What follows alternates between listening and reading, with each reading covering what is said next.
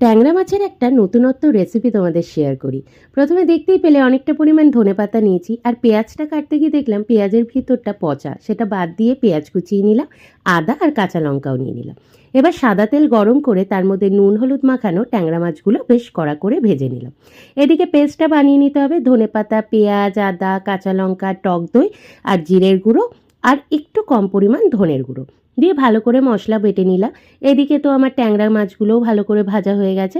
এদিকে ফোড়নে দিয়ে দিলাম গোটা জিরে আর গোটা গোলমরিচ, তার মধ্যে পেস্টটা দিয়ে দিলাম, দিয়ে স্বাদ মতো নুন দিলাম, হলুদ গুঁড়ো আর লাল লঙ্কার গুঁড়ো বা কাশ্মীরি লঙ্কার গুঁড়ো দিয়ে যখন মশলাটা কষে আসবে তার মধ্যে উষ্ণ গরম জল দিয়ে যখন মশলাটা ফুটে উঠবে তখন ভাজা ট্যাংরাগুলো দিয়ে এপিট ওপিট করে ভালো করে সেদ্ধ করে নিতে হবে মাছটাকে।